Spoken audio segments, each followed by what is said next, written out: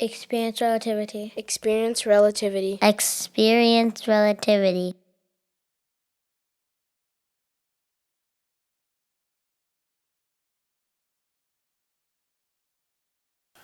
Yes, indeed, the marathon continues.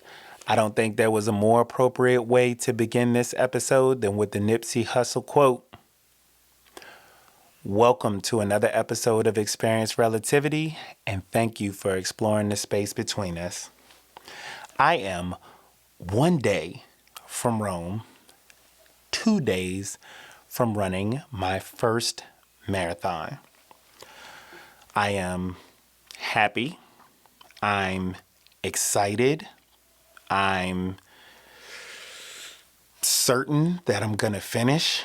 And I'm also certain that I'm terrified. And that brings us to the theme for the month of March.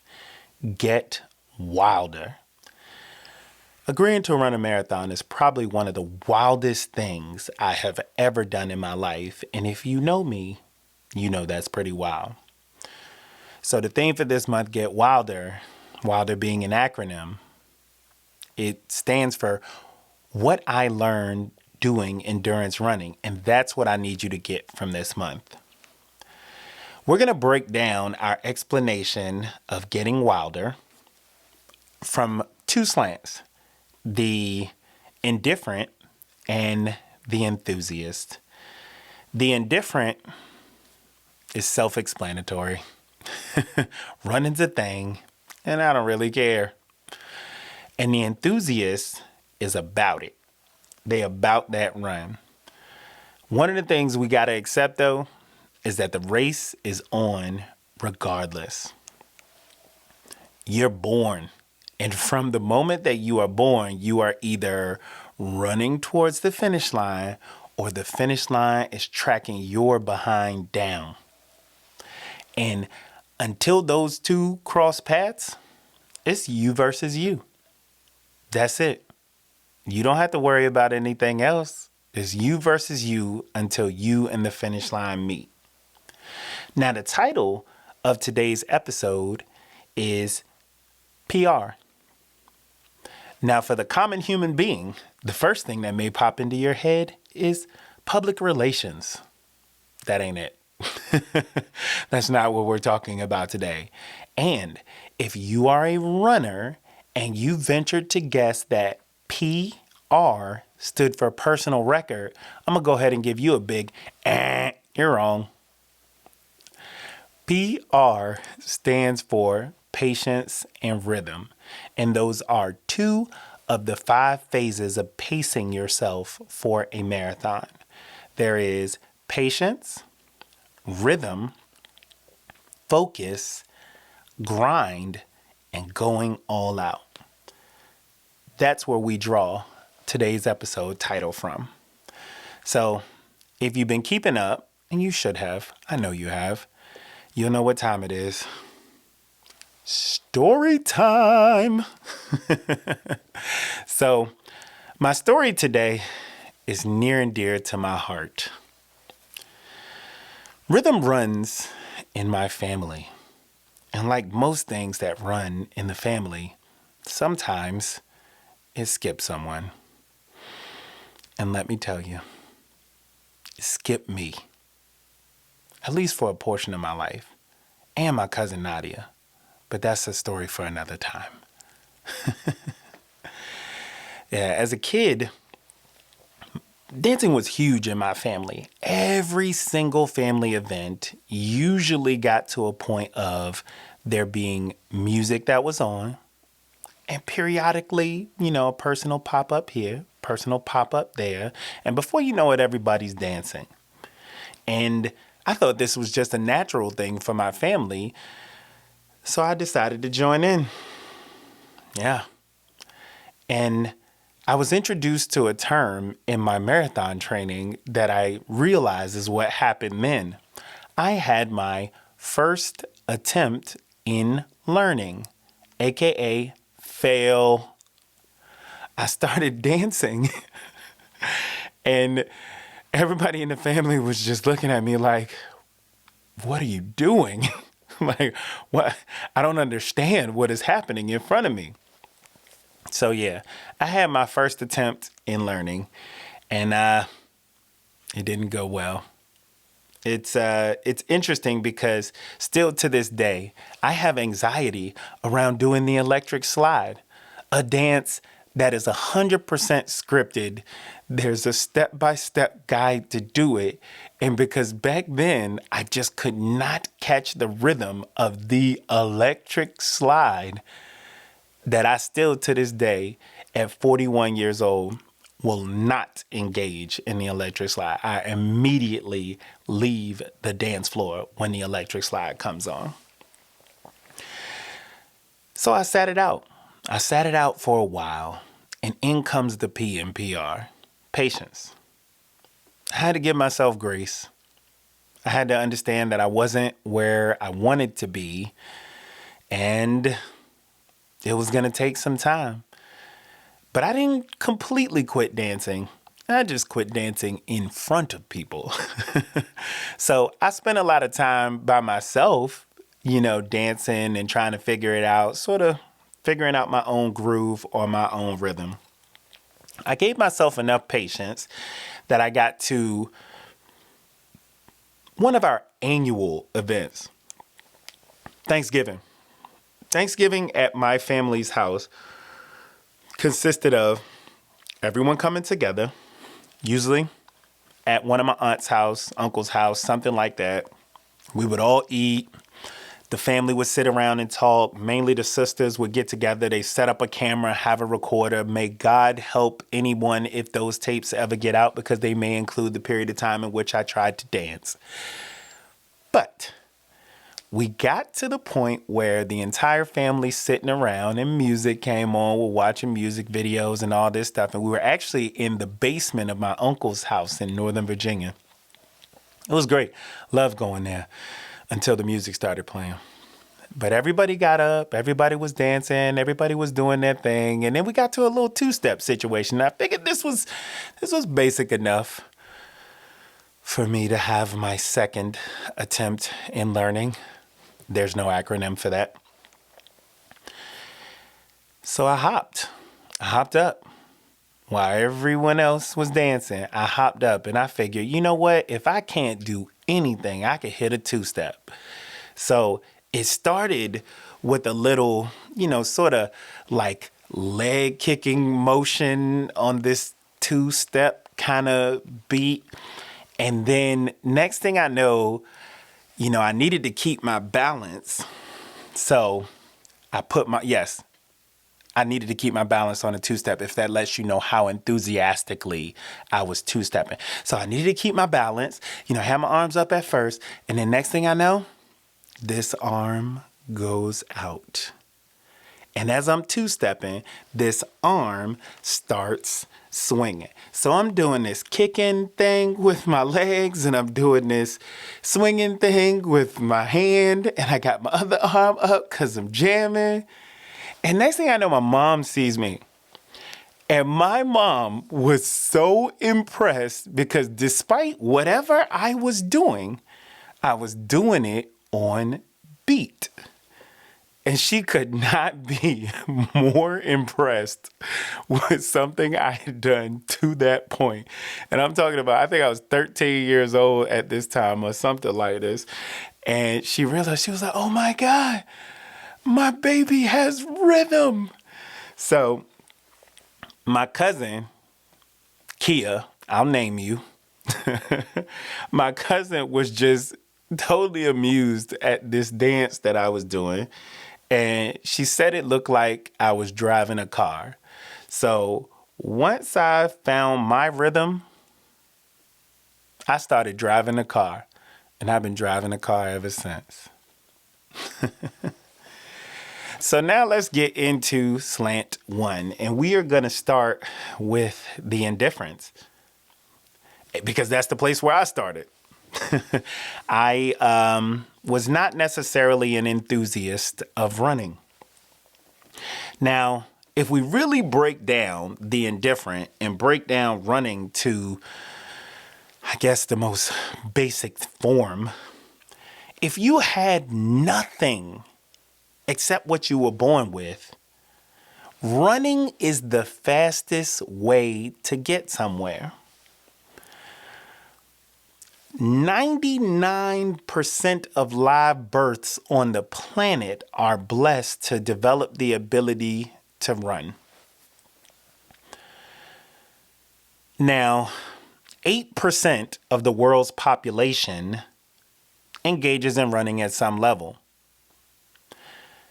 When you talk specifically about the US, I actually got kind of proud when I found out that that number almost doubles. 15% of people in the US run at some level. But here's where you separate the runners from the runners. Only I was about to give it even more. Only 0.01 people, humans on the planet, complete a marathon. And Sunday, I'm about to join their rank. And then more than my mama's going to think I'm special. But I started this whole training from the space of the indifferent. If you would have asked me from the beginning, I would have told you. I hate running. I hate running so much, I would have told you twice. I hate running. But in a moment in time, when I agreed to this marathon, I wanted to get somewhere. And I really didn't have anything to help me skip any steps. So if you now ask me, I hated running. I hated running. Because the paces entered. The pacing of running a marathon entered my life. And it started with patience and rhythm. And it's kind of two things. If you start with the P, it's kind of two things that you have to have patience with. Patience with yourself and patience with the process. Because you must have patience with yourself because you're not going to be good. When you first start doing anything that you haven't really put any time or energy or effort into, you are not going to be great. Some people are naturals, and I'm rolling my eyes or whatever. Like there's always that whatever little slice of who just picks up something and is amazing at it from the jump. But for most people, when you start something, you're not going to be good at it. So you have to have patience with yourself.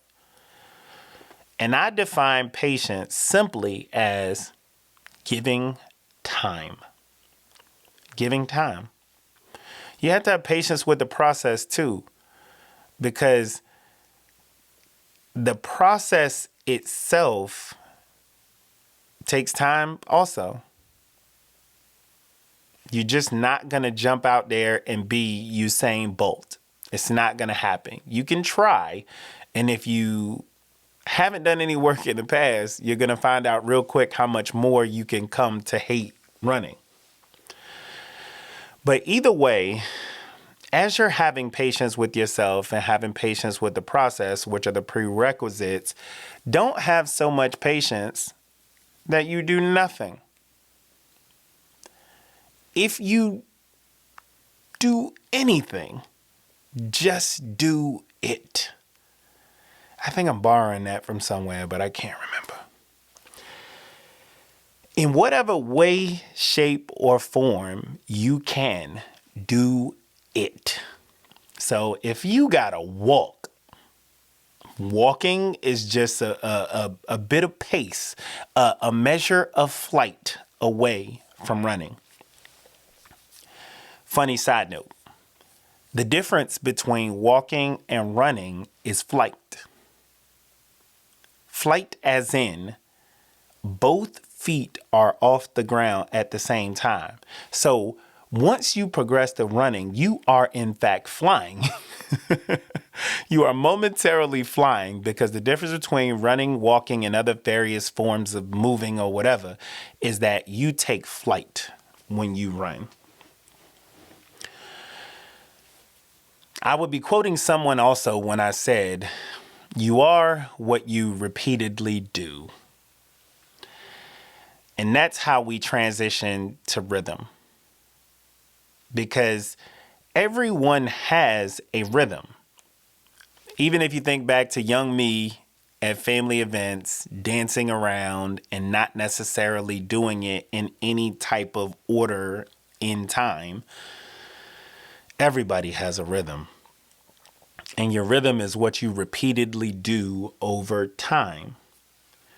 So whether you know you're dancing or not, you have a rhythm. And everyone on the dance floor can see it. Remember that. The last note I'll say on the indifferent, and my indifferent life and phase when it came to running, is that we do what we want better.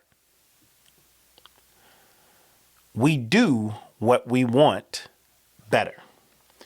There is an increased level of enthusiasm that comes when we do what we want. So the run is the run, and remember the race is on, and we do what we want better. Now let's jump into the enthusiast experience. Now there's some characteristics I would say about the running enthusiast. The running enthusiast knows that running will get them somewhere. They know oftentimes where they want to go. And enthusiasts are just willing to use what they are born with to get there. Now, mini micro story time. For those of you who don't know, I was in the Army when I graduated from high school. And it was a great time in my life, especially physically. Like, I trained harder than I had ever trained in my life. But when I started my journey in the Army, my first, I guess I wouldn't even call it a fitness test. It was a litmus test. But it took me 21 minutes to run 2 miles. I was in the category with the worst runners among us. 9 weeks later, by the time I finished basic training, I was running a 13-minute 2 mile. Tremendous gains. Patience. 9 weeks it took. Rhythm. I ran every day. Every single day. I never wanted to run. I still hated running. Hated it. And that was what let me know I was still not in the space of being an enthusiast. Because an enthusiast embraces the challenge. Running's hard, even if you like it, and especially if you don't like it. But there's just something different when you embrace the challenge. Now, enthusiasts also need patience and rhythm. But the difference is the indifferent, as we talked about before, they need patience with themselves, just like the enthusiast needs patience with themselves. But the indifferent needs patience to not give up. The enthusiast needs patience to practice restraint. Because the enthusiasts, they want to do better. They want to get better. They need restraint and patience to get better the right way. Because as I learned as I trained for my marathon, The body likes gradual. And I have to remind myself of this with every single run. The body likes gradual. The enthusiast wants results now. So you got to have patience because the process takes time, and the enthusiast wants to shorten the process to get to the result. The process takes time, and rhythm is also a function of time. Time is expressed through rhythm. If you think about it, if you snap at the same rhythm, you are snapping over the same time, and there is the same time that is between each one of your snaps. So you could actually measure time based off your rhythmic snapping. That's crazy. Just to say that time and rhythm are like this. Rhythm cannot exist without time, and time is expressed through rhythm. Patience. But as soon as you give time and exercise that patience, and then start organizing yourself over time and being consistent, you develop a rhythm, and now you're dancing and everyone can see you. You're happily dancing because you're an enthusiast. But then there's a thing that the enthusiast also experiences, and I like to reckon it to what's called a DJ train wreck. Another mini micro story. Have you ever been at a party and you're listening to a live DJ and they're mixing a song, and you start to hear them fade in a song or tease a song, and you are just hand over mouth? Oh my God. I would have never thought that those two songs could be mixed together. And they're teasing it and they're teasing it and they're letting you know, they flexing. They letting you know that they got it, they did it, and you're about to get it, and you all excited. And you're dancing to one, and that crossfade switch starts to move until it gets all the way over to the opposite side, and now you're in the new song and you never missed a beat. You continue to dance, and that's the DJ's job. And that's what we want at the party. We just want to keep dancing. So that is when things go right with DJing. The DJ train wreck happens when there is an abrupt mix where the beats are not properly matched, and it makes it very hard for you to continue dancing, for you to keep your rhythm. The enthusiast has DJ train wrecks all the time because they oftentimes want to shorten the process and not have patience. And what that does is ultimately it jacks up their rhythm. They get injured or they do too much too soon, and then they have to start all over again. That's not the plan anyway. Nobody wants to do that, and that's especially not good for the enthusiast. So what happens when the enthusiast and the indifferent cross paths? So at the crux of this, we must acknowledge that the big race, life that is on regardless. Life is a race, period. Whether you are enthusiastic towards it or whether you're indifferent and you don't even care. But the reality of it is you get to choose which races you run in life, and you get to choose how you run them. But you don't get to choose whether you run. In accepting that fact, you then start to realize that it's very important to know and to remember that time is of the essence. And when we hear that, we immediately think, man, I gotta rush. But no, patience is the key to getting the most from your time. You want to take your time. You want to take your time and be patient and allow yourself to build that rhythm. But always know that time is slowly ticking away. So being mindful and not worried and rushing. Another key point around time and patience, which I like to define as giving time, is that there's a difference between being patient and procrastinating. My marathon training program was supposed to be 18 weeks long, and I didn't start training until 14 weeks before my marathon. Why, you ask? Because common sense would tell you that giving yourself 18 weeks gives you the best chance to do well in your marathon. I know. But I was procrastinating. I hated running. I did not want to do it, but I was going to do it. And I knew I was going to do it. So procrastinating didn't help me one bit.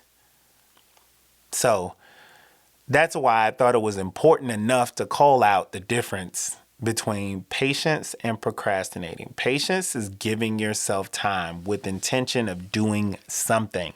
Do it. Just do it. Cannot remember who said that. It's crazy. Now, passing. Inevitably in a race, you're going to pass someone. So let's talk about passing for a second. Now, the enthusiasts will find themselves passing other enthusiasts. It's natural. Some people are just going to be faster than others, but when an enthusiast passes another enthusiast, oftentimes what happens is that they end up pushing each other and helping each other get better because the enthusiast is enthused about the run. It's kind of contagious. Now, when two indifferent people catch up to each other, they usually take some time to indulge, when two indifferent people catch up to each other, they usually take some time to indulge in their indifference. You know, talk about how much they hate running, talk about how much they don't want to do this, question why are we running, all that type of stuff. And at the end of the day, it doesn't help either one of them get faster. They just find a friend to be indifferent with. That's usually what happens in that case. So it reminds me of something that a mentor that I aspire to have says, if you hang around with 9 broke people, you'll be the 10th. And if you hang around with 10 wealthy people, you'll be the 10th. I think I said that right. But it's the rule of tenths. You are who you surround yourself with. So be mindful of who you have around you. But I think it's also worth mentioning what happens when the enthusiast and the indifferent cross paths. When these two catch up to each other in passing, I think the most important thing is to approach with curiosity. Because if you don't have curiosity, oftentimes judgment pours out before you know it. The indifferent is sitting there like, look at him, following all the rules, being great at running. I love running. It's so great. I'm so healthy. My cardio is off the chain. Or the enthusiast is looking at the indifferent and being like, God, you're so slow. And you don't even look like you're having fun. What kind of person doesn't have fun running? We got to do it anyway. So all this judgment pours out instead of curiosity. Because one of the things is whenever you come up and cross someone, you got to be curious about where they came from before you even consider forming any type of opinion or judgment about where they are. And that led me to something that I wrote the other day that says, if exploring my past is not worth your time in judging my present, then your judgment is not worth my time in shaping my future. If you are not going to take the time to get to know who I am and where I came from at the crooks when we meet. Your judgment really doesn't mean anything. You're not afforded the luxury of judging me today if you're not going to take the time. Or I would say you can judge, but it's not going to mean anything to me. And sometimes people judge for the purpose of trying to help you. But again, it all starts with taking a moment to understand so that you can help to build what I like to call reflex empathy. Like you walk up on a person and you see them moving slow. And this actually was a case that I learned a lot about as I was running and learning that there are phases to your run. And there's a warm-up phase. And then there's your actual run and there's a cool down phase. And I used to see people running and I'd be like, oh my God, why does anybody ever run? They look so miserable and they're running so slow. I didn't even know that these people could be in the warm-up phase of their run. And that's why they're running slow. I didn't even think about the fact that somebody could have just ran 16 miles and they're completely exhausted. And that's why they look miserable. And that would be perfectly fine. Either way, it was none of my business. And I had no point of reference to judge them if I wasn't even going to explore what happened before I stumbled upon them. So I say all this to say, when it comes to judgment, don't judge my dancing. We all have our own rhythm. We do. If you give it time, have patience. Time and rhythm are inseparable. So if you give it time, you'll develop a rhythm. And don't forget, from birth, the minute you are born, like a stopwatch, you are racing towards your death. But don't focus on the destination. The destination is the same for every single one of us.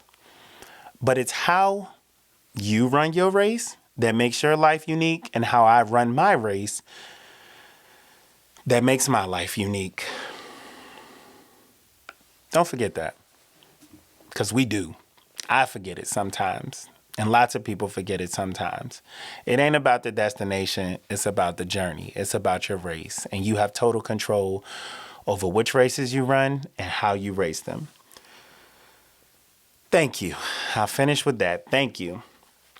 Thank you to each and every person who listened, watched, signed up for the newsletter, shared any episodes or any of the content that I've been putting out around Experience Relativity. We do this to spark curiosity about the experiences of others. We do this to support the exploration of the wildest territory on the planet Earth, and that is the space between us. I'm sharing all this because I need you to get wilder. I need you to get what I learned doing endurance running, unless you want to go out and do it yourself so that I can learn from you. Thank you again for joining me on this episode of Experience Relativity Podcast. Thank you for exploring the space between us with me. Love you. Experience relativity. Experience relativity. Experience relativity.